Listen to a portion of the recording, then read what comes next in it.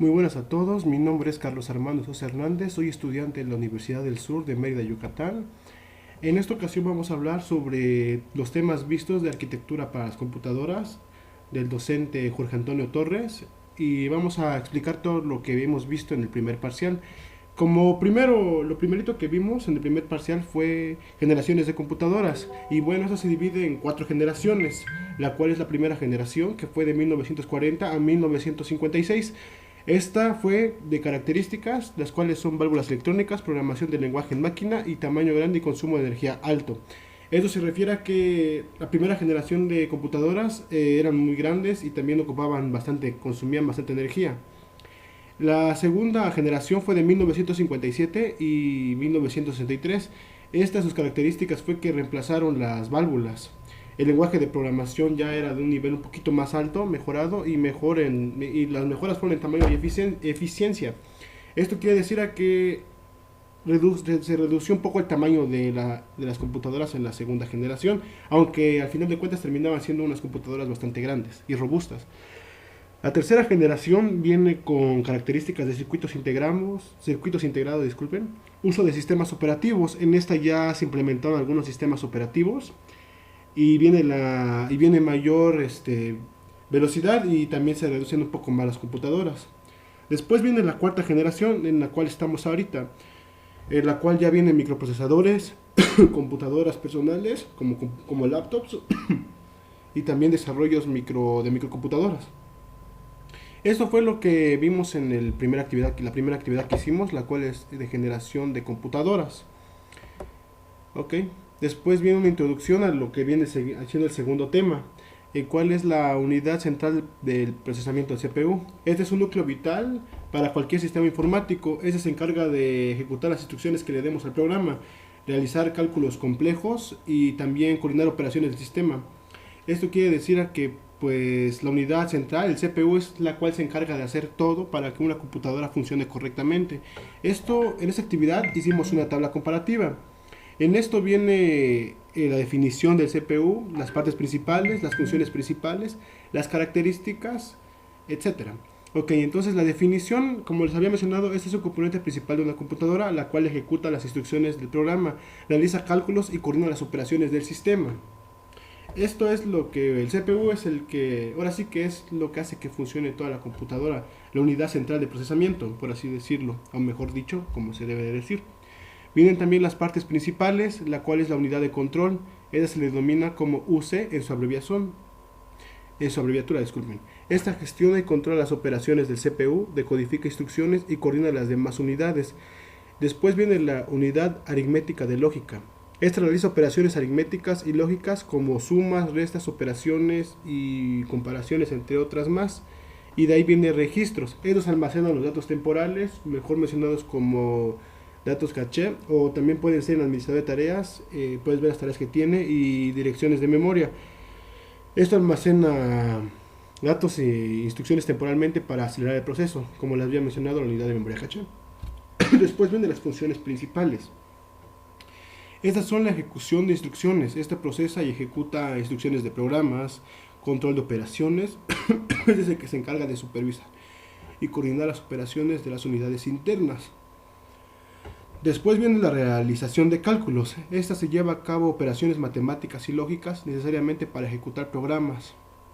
Cada una tiene su función y esto es todo lo que hace el CPU. Todo lo que les estoy explicando es todo lo que hace el CPU. Como les había mencionado, el CPU es la unidad central de procesamiento, es la cual se encarga de que funcione toda la computadora correctamente. Lo que les estoy explicando también en las funciones principales es la ejecución de instrucciones, la realización de cálculos y el acceso a la memoria. También vienen las características, que estas vienen divididas en dos partes. Bueno, yo los divido en dos partes. Continúo con las funciones principales, la cual es el acceso de memoria. Esta lee y escribe datos en la memoria principal. La gestión de interrupciones, esta maneja interrupciones internas y cambia el flujo de ejecución según sea necesario.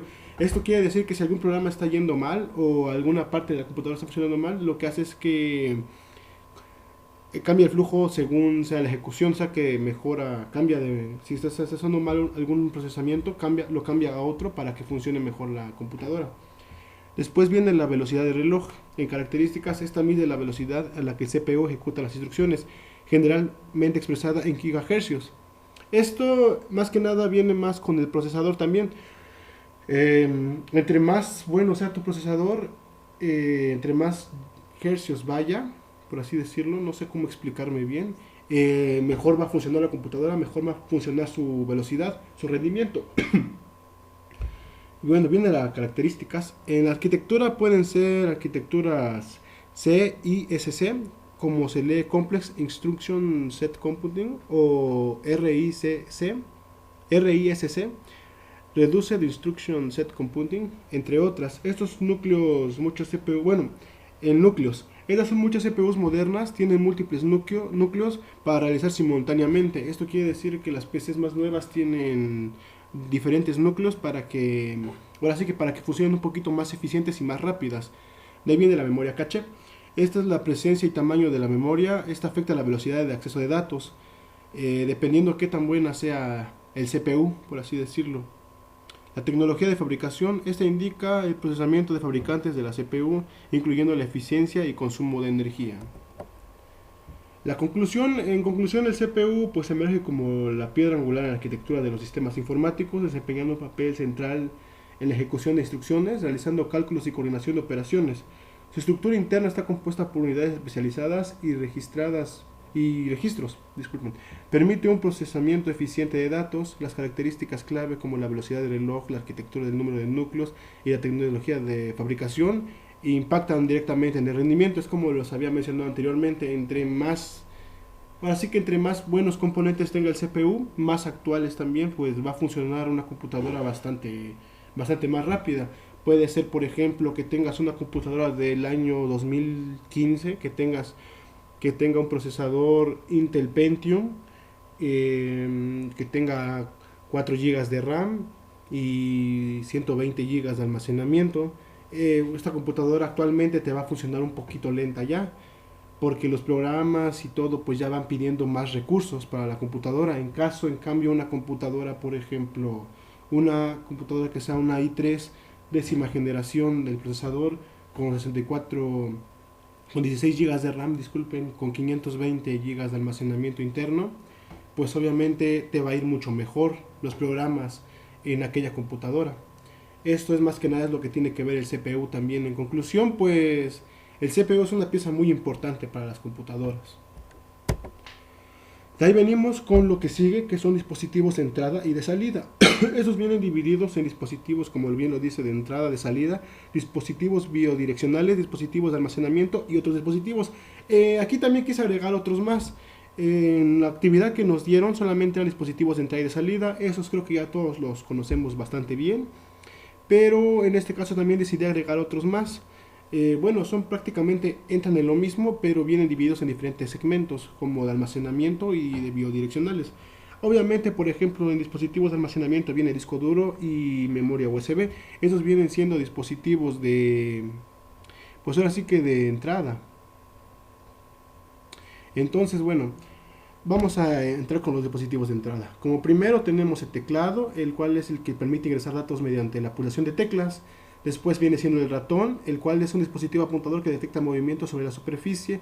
Después viene lo que es el escáner, el cual captura imágenes y documentos para su digitalización. Después viene una cámara web, la cual registra imágenes o videos para su entrada para la entrada de la computadora. Y después viene lo que estamos usando actualmente, lo que es el micrófono, el cual convierte señales acústicas en datos para la entrada de audio.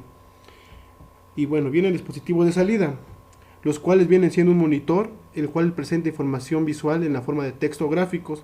Después viene una impresora, la cual produce copias impresas de documentos y gráficos. Altavoces, los cuales emiten sonidos como resultado de salida de audio.